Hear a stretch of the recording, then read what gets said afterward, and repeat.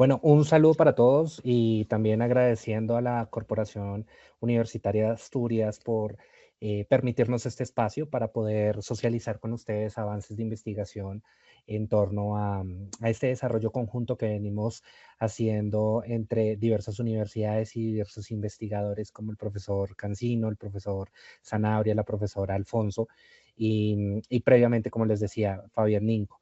Les quería comentar un poco cuáles son los antecedentes de este ejercicio.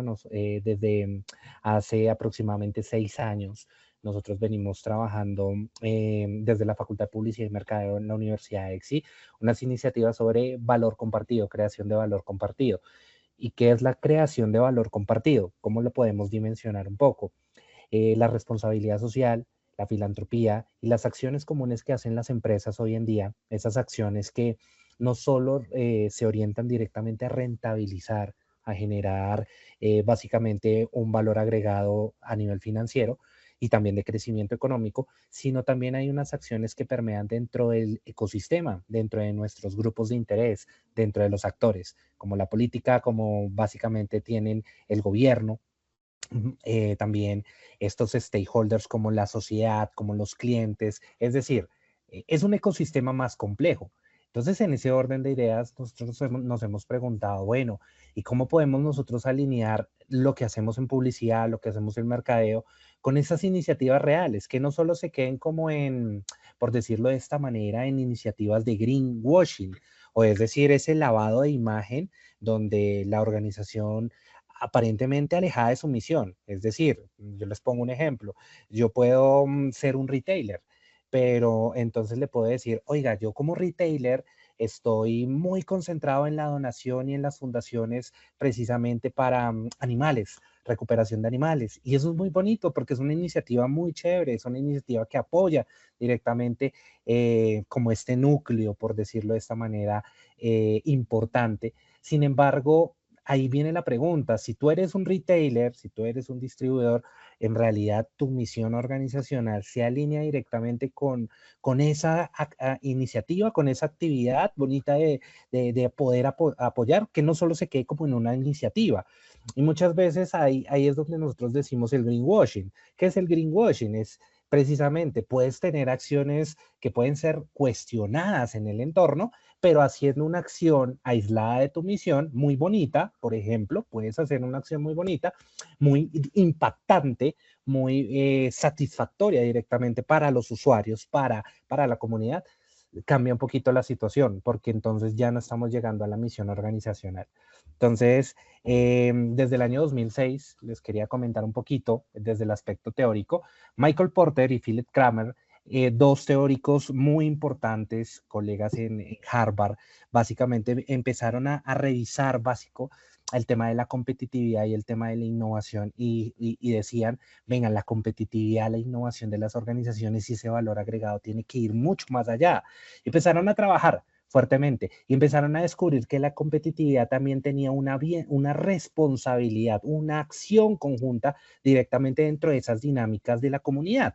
Entonces, era ya no solo el hecho de que nosotros hiciéramos las cosas por tener una rentabilidad económica, no solo eso, sino también entender que habían unas responsabilidades dentro de todo el ecosistema y dentro de unos stakeholders. Entonces empiezan a desarrollar un concepto que es la creación de valor compartido.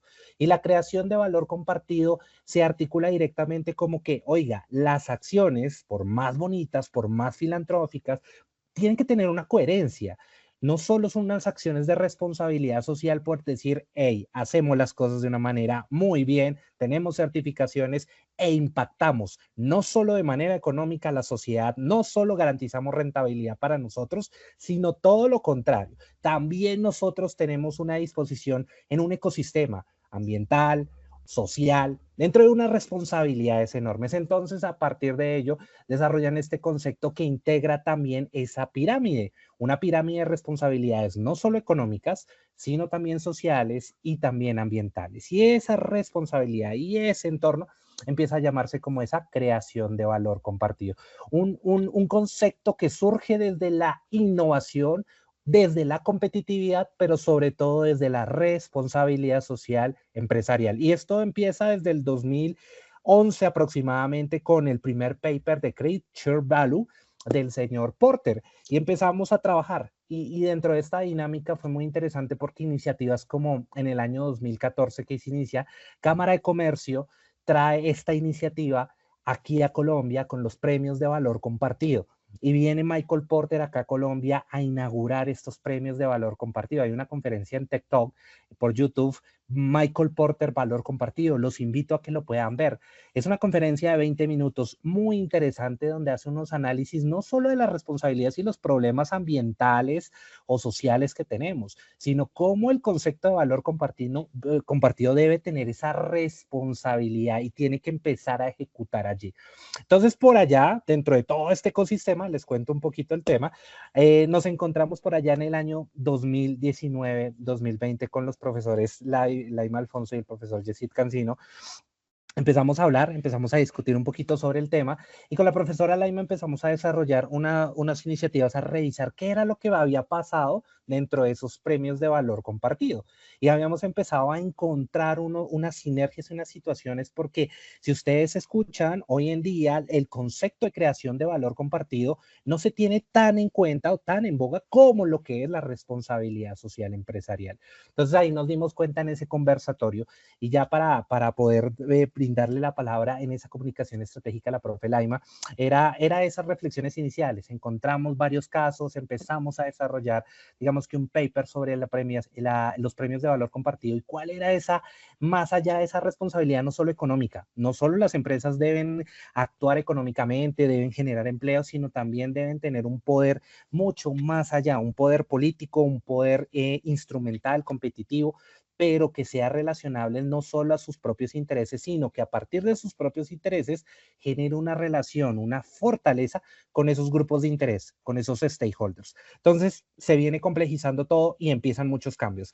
Profe Laima, allí entonces te cedo la palabra y básicamente en el sentido de esos cambios, ¿te acuerdas todo lo que vimos en ese momento inicial cuando hicimos esas pesquisas en los premios de valor compartido?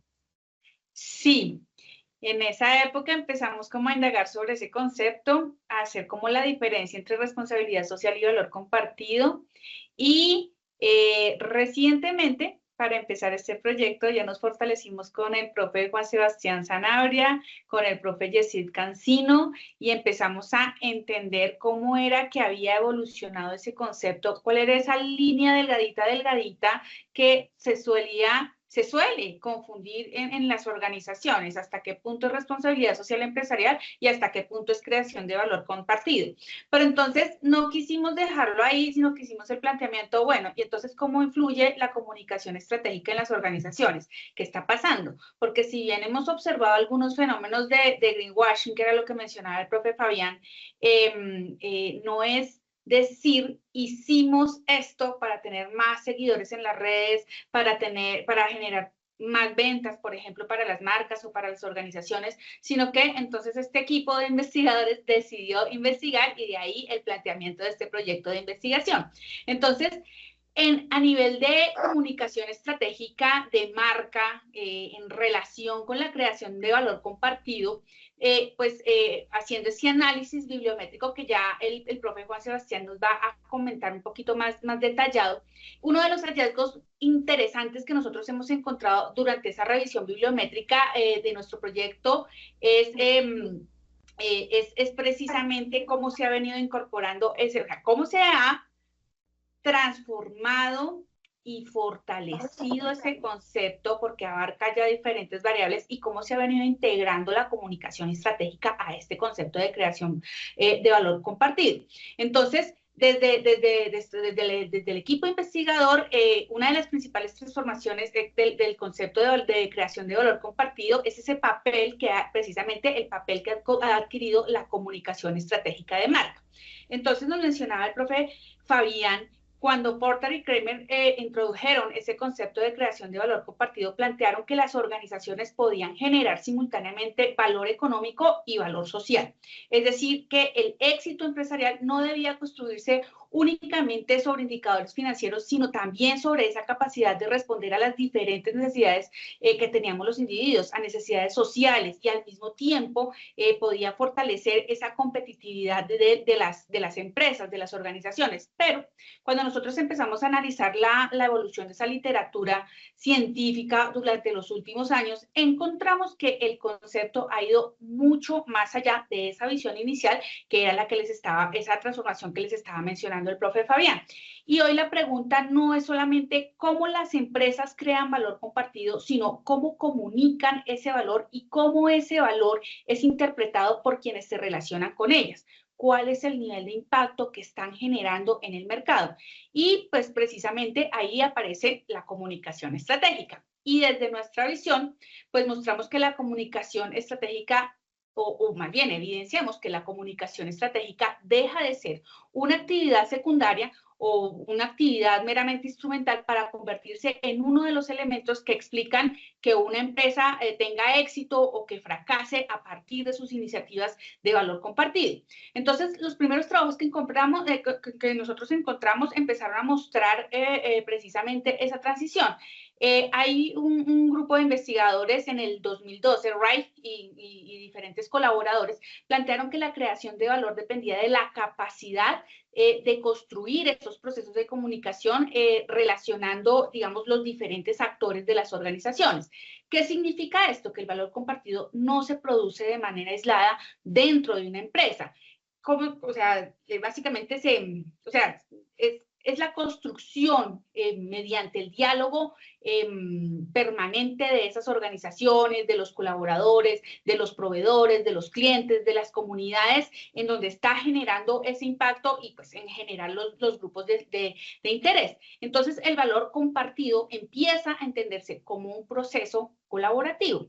Después otro autor, puntualmente Camilleri, en el 2015, ya avanzando con ese recorrido, incorporó o evidenció que había otro elemento fundamental, era el compromiso de esos grupos de interés, se conoce como el stakeholder engagement.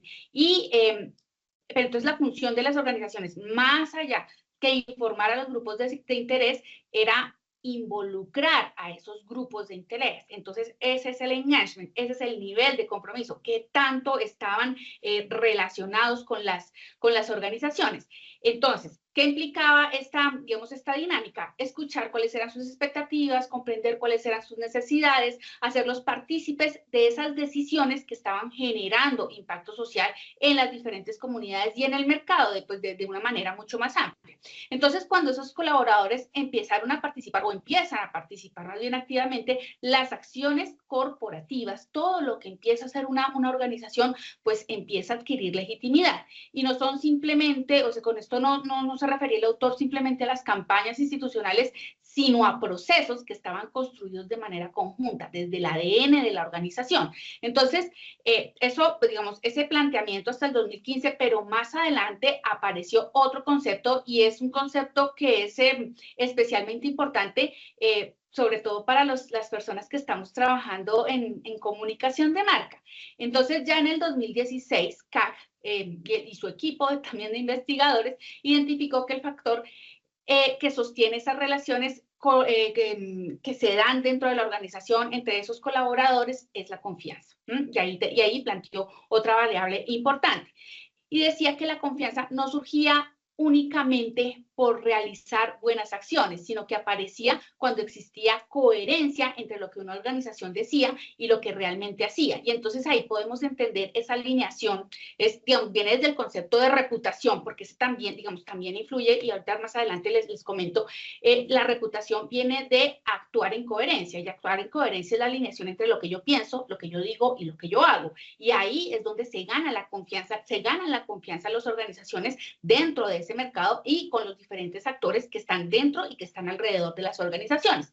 Entonces, la idea, o sea, planteada de esa manera, pues cobra importancia porque hoy vivimos en un contexto donde las audiencias pues tienen múltiples herramientas para verificar los comportamientos de las empresas. Estamos trabajando con herramientas digitales donde trabajamos con social listening, hacemos seguimientos, hacemos mediciones en tiempo real y estamos viendo a través de fuentes primarias cuál es la reacción, cuál es el comportamiento de esos consumidores frente a las acciones y las dinámicas que están generando las organizaciones. Ahí están las redes sociales, las plataformas digitales y los diferentes medios que como les menciono, permiten contrastar constantemente ese discurso corporativo, enfrentándolo con la realidad de todo lo que están haciendo en ese mercado.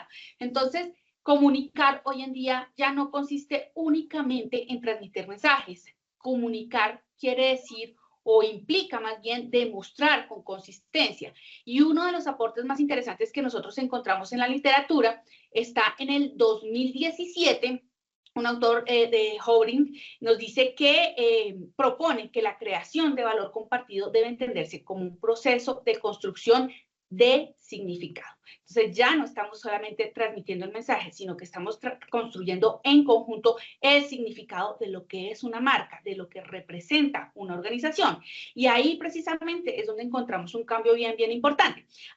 Digamos que hasta ese momento, en gran parte de las investigaciones se concentraban en analizar qué era lo que estaba haciendo la organización, pero Howring cambió completamente esa perspectiva. Entonces, lo importante ya no es únicamente la acción empresarial, lo verdaderamente importante es cómo esa acción es interpretada por los diferentes stakeholders, con esos actores que están dentro y que están alrededor. Es decir, que el valor compartido no existe únicamente porque la empresa desarrolla iniciativas sociales, existe cuando esas acciones generan significados para quienes reciben esas acciones, para quienes están siendo impactados por esas acciones. Entonces, desde esa perspectiva, la comunicación la podemos entender que no es solamente un mecanismo de difusión para, como les mencionaba, transmitir mensajes, sino es un proceso en el cual se está construyendo sentido. Posterior a Howring, que les estaba mencionando, Shen en el 2020 nos dijo que la percepción que tienen los públicos frente a esas iniciativas de valor compartido dependían en gran medida, y ahí viene otro concepto importante, dependían en gran medida del liderazgo organizacional, no solamente en coherencia, no solamente generar acciones, no solamente la construcción de significados, sino que viene directamente cómo están liderando esas iniciativas las organizaciones, cómo los líderes están representando los valores de la organización, sus principios corporativos, y esos valores, esos principios corporativos influían directamente en la forma en cómo eran percibidos esos programas. Si bien nosotros vemos a través de comunicación estratégica, no estamos comprando productos y servicios, no estamos, y más allá de comprar la experiencia, es sentir que estamos alineados con sentir la alineación entre marcas y consumidores. Y es precisamente desde ese trabajo de liderazgo en coherencia con los principios de la organización para poder conectar con las diferentes audiencias y generar en conjunto esa construcción. Otras investigaciones nos mostraron Kelly y también un grupo de investigadores por esos mismos años empezaron a mostrar que esas iniciativas empezaban a producir efectos bien importantes, y ahí va el tema de reputación corporativa. ¿Qué significa? Que las organizaciones no solamente estaban fortaleciendo su imagen, sino que también estaban consolidando esas relaciones de confianza de largo plazo con los diferentes grupos de interés. Y ahí comienza a aparecer los temas centrales de la investigación que estamos haciendo con nuestro proyecto, porque la literatura empieza a desplazarse desde la organización hacia el consumidor. Y ahí vamos alineados, por ejemplo, en esa evolución del marketing que nos plantea en algún momento Philip Kotler, que dejamos de descentralizar el producto, la marca o la empresa para que el foco, el centro de la estrategia sea el consumidor. Y precisamente la literatura sobre creación de comunicación estratégica en relación a la creación de valor compartido nos evidencia esta teoría de Philip Kotler. Entonces, ahí es cuando los investigadores dejan de preguntar únicamente qué es lo que están haciendo las empresas y empezamos a preguntarnos qué ocurre en las personas cuando están recibiendo esos mensajes, que era lo que mencionaba al principio sobre los impactos. Otro investigador también, otra revisión que nosotros hicimos, que nos demostraba, Naisayo, nos demostraba que la creación de valor compartido fortalecía, no solamente fidelización, sino más allá, la lealtad que se desarrollaba hacia la marca. Y más recientemente, ya hacia 2024, Bhaduri y Goswami nos dicen que esos valores también se manifiestan a través de los comportamientos cotidianos en el día a día, cuando se hace una recomendación, cuando se hace un comentario. Hay un concepto que se llama el word of mouth, es básicamente el voz a voz, es esa evangelización que se está generando de las marcas, pero miren que la evangelización no es solamente porque el producto les funcione, y va más allá de la experiencia que les ha generado el producto o el servicio o la marca o la empresa, sino es ese nivel de alineación que hay entre los valores que tiene la organización, el ADN de la organización, con los valores de esas comunidades y del mercado en general. Entonces, ahí es cuando, digamos, ese hallazgo resulta interesante porque ahí evidenciamos que la comunicación estratégica produce efectos que trascienden la publicidad tradicional, la publicidad como la hemos venido trabajando desde hace algunos años. Entonces, cuando una organización logra comunicar coherentemente sus valores, sus principios, las personas no solamente están comprando sus productos, también empiezan a recomendar la marca, la defienden, y ahí es cuando entendemos las love marks, las marcas de amor, todo lo que genera una marca de amor, que no es solamente por el beneficio funcional que puede ofrecerle al consumidor final, sino, como les menciono, desde esa alineación, y esos consumidores empiezan a participar activamente en la difusión de sus iniciativas. Y ahí vemos casos de publicidad que se está haciendo hoy en día, publicidad UGC, la publicidad que parte de los mismos consumidores, sin ninguna alianza, sin ningún convenio con la marca, sin ningún trazo económico o pactado con los consumidores, sino a partir de su propia experiencia y la propia alineación. Entonces, esto es lo que, digamos, parte de lo que logramos evidenciar. Y después de analizar toda esta evolución bibliométrica, encontramos un patrón muy claro, que es que la comunicación estratégica de marca se ha venido incorporando progresivamente a ese concepto de creación de valor compartido a través de 3 dimensiones. La primera habla de la coherencia. ¿Por qué? Porque digamos, deben construirla, las organizaciones deben mantener consistencia entre los valores que comunican y las acciones que realmente están desarrollando hacia el mercado. La segunda dimensión, pues, corresponde a la percepción, ¿no? Porque no basta con que estén generando constantemente o ejecutando iniciativas responsables. Es fundamental comprender cómo esas acciones son interpretadas por los diferentes grupos de interés. Y finalmente está el efecto. Entonces, la comunicación de valor compartido genera consecuencias sobre variables como la confianza, la reputación, la lealtad de marca, la recomendación interpersonal o el voz a voz, y la construcción de relaciones sostenibles con esos colaboradores. Entonces, estas 3 dimensiones, coherencia, percepción y efectos, son ese núcleo fundamental que nosotros, digamos, establecemos en nuestro proyecto de investigación. No buscamos únicamente estudiar si las organizaciones desarrollan acciones de valor compartido. Lo que nosotros buscamos con este proyecto es comprender cómo las están comunicando y cómo las interpretan los públicos y cuáles son esos efectos que producen sobre la comunicación de marca. Entonces, este enfoque es precisamente una oportunidad para poder integrar la comunicación estratégica, el marketing y la responsabilidad empresarial dentro de ese mismo modelo analítico. Entonces, la revisión bibliométrica nos va a permitir eso, afirmar que la comunicación estratégica, pues, no es un componente, no es un complemento, no es algo aislado a la creación de valor compartido, sino que es uno de los factores que explican la efectividad del valor compartido, porque las organizaciones, si nos damos cuenta, ya no están compitiendo únicamente por ofrecer los mejores productos o los mejores servicios. Las organizaciones cada vez compiten más por construir relaciones auténticas con esos consumidores, con sus usuarios, que esas relaciones sean creíbles, sean coherentes con esos grupos de interés. Entonces, en la función, digamos, desde este proceso, la función de la comunicación no es solamente transmitir valor, es más profundo, es la creación de valor para las organizaciones.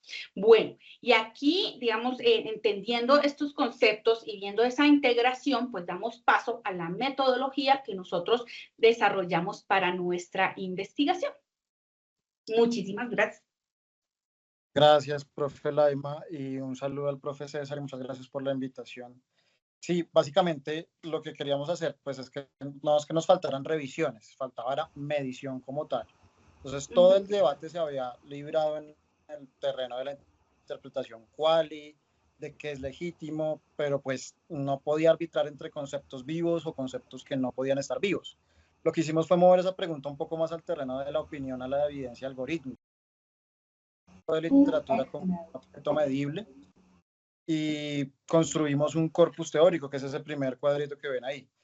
¿Qué es esa construcción de corpus teórico? Lo que hicimos fue tomar dos bases de datos, que es Scopus y Web of Science. Deliberadamente tomamos esas dos porque pues cada una tiene sesgos de indexación, pero usarlas en conjunto lo compensaban y además contienen toda la literatura pues académica a un 90%. Entonces identificamos más o menos 760 registros y después revisamos las duplicaciones por intersección de títulos normalizados, donde eliminamos más o menos 163 registros, consolidando así un total de 597 documentos únicos en estas dos bases de datos sobre el concepto que estábamos trabajando.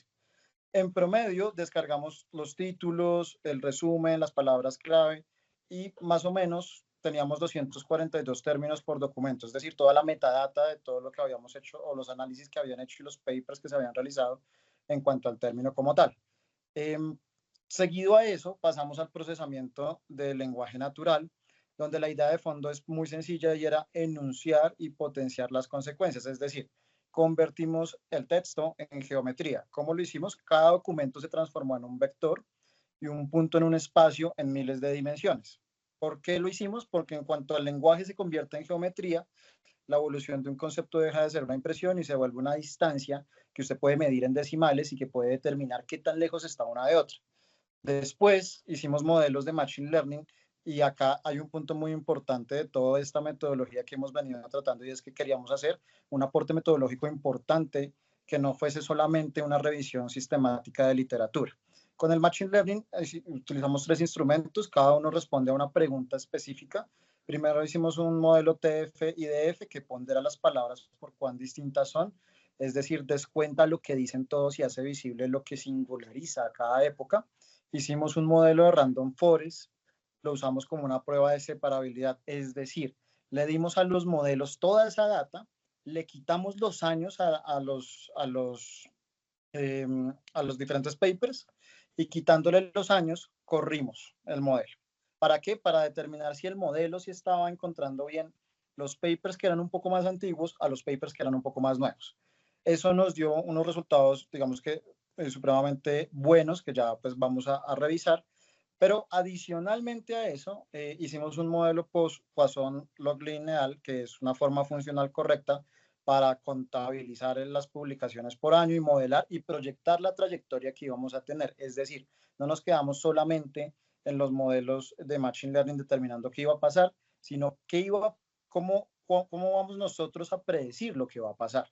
Entonces, todo eso converge en unas mediciones que son, pues, permanecen en el núcleo del concepto y qué ha pasado en la periferia. Entonces, nosotros teníamos o implicamos un modelo biológico para determinar cómo estaba mutando el concepto. Y esto es algo supremamente importante y supremamente relevante porque ese es un modelo de teoría biológica de mutación de ADN que nosotros empezamos a aplicar acá en Machine Learning en conjunto con lenguaje de procesamiento natural. Entonces, básicamente, con todo ese instrumental, pues acá tenemos unos hallazgos que ustedes pueden ver ahí. Primero, el núcleo es una roca, es decir, lo medimos con similitudes de coseno entre el vocabulario, la era fundacional, la era reciente. Los modelos nos dieron un F-score muy bueno para la literatura, el estándar, digamos que pasamos el estándar y adicionalmente, pues teníamos una intuición y la intuición sí representó que cada época tiene, digamos que su propio corpus teórico, pero ese corpus no ha cambiado. Y eso matemáticamente, ¿cómo lo determinamos con los modelos de Machine Learning? Pues básicamente las flechas del espacio vectorial entre los ángulos de las flechas que miden la divergencia no cambiaron. Entonces, eso nos está diciendo que el corazón semántico del valor compartido que Porter y Kramer definieron, que estábamos hablando hace un poco, pues no han erosionado, siguen ahí. Ahora bien, dos, hay una producción que no se está aplanando, sino más bien que se está acelerando. El modelo de Poisson que se estima más o menos un 12.3% de crecimiento anual de este tipo de documentos, de este tipo de investigaciones de valor compartido, y proyecta que hacia 2027 podamos tener un poquito más del 40% de nuevas investigaciones. Acá hay que ser honesto con ustedes, pues porque un experto no esconde los supuestos. Nosotros hicimos una extrapolación sobre una serie que es corta, ¿sí? A veces cuando hacemos proyecciones, pues las series cortas, digamos que suelen a veces, digamos que complicarse un poquito en la proyección, pero entonces la conclusión cualitativa no se movió en esto. La curva es un modismo agotándose donde se inflexiona hacia abajo, y la nuestra no muestra ni el inicio de esa inflexión, sino que muestra que sigue subiendo. Es decir, este término es relevante, este término ha mantenido en el tiempo y ese corpus va a seguir manteniéndose. Finalmente, y acá sí tenemos una paradoja, porque no solamente revisamos el corpus teórico y el modelo central, digamos que de ADN o de valor compartido en este caso, sino que revisamos los términos que se le estaban acomodando, o sea, los términos que estaban a los laditos, que los investigadores estaban utilizando a los lados. Y acá sí que hay una renovación temática, y es lo que veníamos hablando también, y es que aquí viene una paradoja: el núcleo está intacto, ¿sí? Sin embargo, uno esperaría que el campo quede congelado si el núcleo está intacto, y ocurre totalmente lo contrario. Hay una tasa de renovación léxica y hay más o menos un 42% de nuevos términos que están entrando a converger con ese valor compartido. Entonces el valor compartido no cambia en el centro, pero en la periferia sí está cambiando en un 42%. Eso nos está diciendo que 4 de cada 10 términos sustantivos que se usan hoy para investigar no existen en un discurso que al principio existía. Existía un discurso fundacional y hoy 4 de cada 10 ya no están ahí. Finalmente, la dirección de esa renovación pues no es aleatoria, los vectores de mutación no se están equivocando, el campo está migrando desde la retórica de la responsabilidad social empresarial hacia el consumidor, hacia lo que hoy decimos transformación digital, hacia plataformas, hacia economía colaborativa. Y acá hay un solo dato muy importante para todos los que están acá. El sharing economy, que es la economía compartida, pasó de 37 a 255 menciones y se volvió el segundo eje temático en el periodo reciente. Y eso nos está indicando que, aunque el núcleo está fuerte, pues todo lo que está interactuando con ese núcleo no está, digamos que está variando mucho. Entonces, el núcleo tiene una estabilidad del 93%, logramos calcularla con los modelos de Machine Learning y de mutación genética que hicimos, con un 40% de renovación en la periferia. ¿Eso es una contradicción? Pues no. Es un mecanismo, es una contribución conceptual de este trabajo, lo llamamos una mutación encapsulada. El concepto conserva su cápsula, que es identitaria, el nombre, el marco, la legitimidad internacional, todo lo que lo hace reconocible, y mientras por debajo está cambiando y está absorbiendo y colonizando vocabularios que son emergentes. Entonces el valor compartido no está muriendo ni se está petrificando en el tiempo, sino que está haciendo lo que están haciendo los conceptos que sobreviven. Está progresivamente las temáticas de innovación adaptándose, está encontrando temas con transformación digital sin renunciar a la identidad. Y pues yo no quiero que esto quede como un diagnóstico abstracto. El método produce como un entregable tangible, una cartografía operativa del campo, y acá hay 6 productos que son, pues digamos que este primer avance que recorre los 6 hexágonos con ritmo, pues más o menos mapeamos acá el mapa global de la producción científica, actualizamos la visualización de redes internacionales, de colaboración entre países, de la identificación de los autores, todo lo que haría la bibliometría clásica. Sin embargo, encontramos líneas emergentes que son las nuevas fronteras de conocimiento, y encontramos unos vacíos de investigación también importantes en eso. Como les digo, y acá hay un punto muy importante, y lo que distingue este trabajo también es que es reproducible, es decir, esto es replicable. Hacia donde vaya y hacia lo que ustedes hagan en los conceptos que ustedes trabajen, podemos traer cualquier concepto y aplicar estos mismos procesos para generar una perspectiva estratégica, que no se va a quedar simplemente revisando la bibliometría tradicional que estamos haciendo, sino un aporte metodológico verdaderamente importante con modelos que nos están ayudando a determinar qué es lo que va a pasar con ese término en específico y con lo que lo está rodeando. Entonces, básicamente, esa es la metodología. Lo que hemos visto hasta ahora es lo que pues quiero que como un colorario y un resumen de todo esto, es lo siguiente. El concepto de valor compartido es un concepto relativamente nuevo, ¿sí? 2011 a 2026, son 15 años de que dicha idea surgió en la literatura y en la cabeza de Porter y Kramer para hablar de estrategia, y fue una estrategia enfocada en crear valor para comunidades, para la empresa y de esa forma crecer. Sin embargo, previamente a eso, como ustedes escucharon bien, el concepto de responsabilidad social, que tiene un fin diferente al valor compartido, pero que, digamos, tiene también mucha similitud en la práctica. Desde esa perspectiva, nosotros entendíamos que el valor compartido, digamos que si eres un concepto que hoy en día sigue trabajando, puede que tal vez haya adquirido una serie de elementos que se han venido cargando a este concepto de valor compartido, o si se ha mantenido, digamos, en su forma básica. Y lo que se explicaba acá es que el procesamiento de texto que se realizó demuestra que se ha cambiado, que se mantiene el concepto en su forma original, pero se ha complementado con otras cosas y elementos como lo que compartía. Elementos como el engagement, que es el involucramiento, una palabra que no aparecía, lo están colocando con elementos de valor compartido, lo que significa que de otra forma, valor compartido tiene que ver con la relación, la capacidad de generar compromisos entre diferentes públicos. Viene apareciendo el tema de branding, viene apareciendo el tema de comunicación digital, viene apareciendo también conceptos como sustentabilidad y no, sustentabilidad y no sostenibilidad, que es diferente.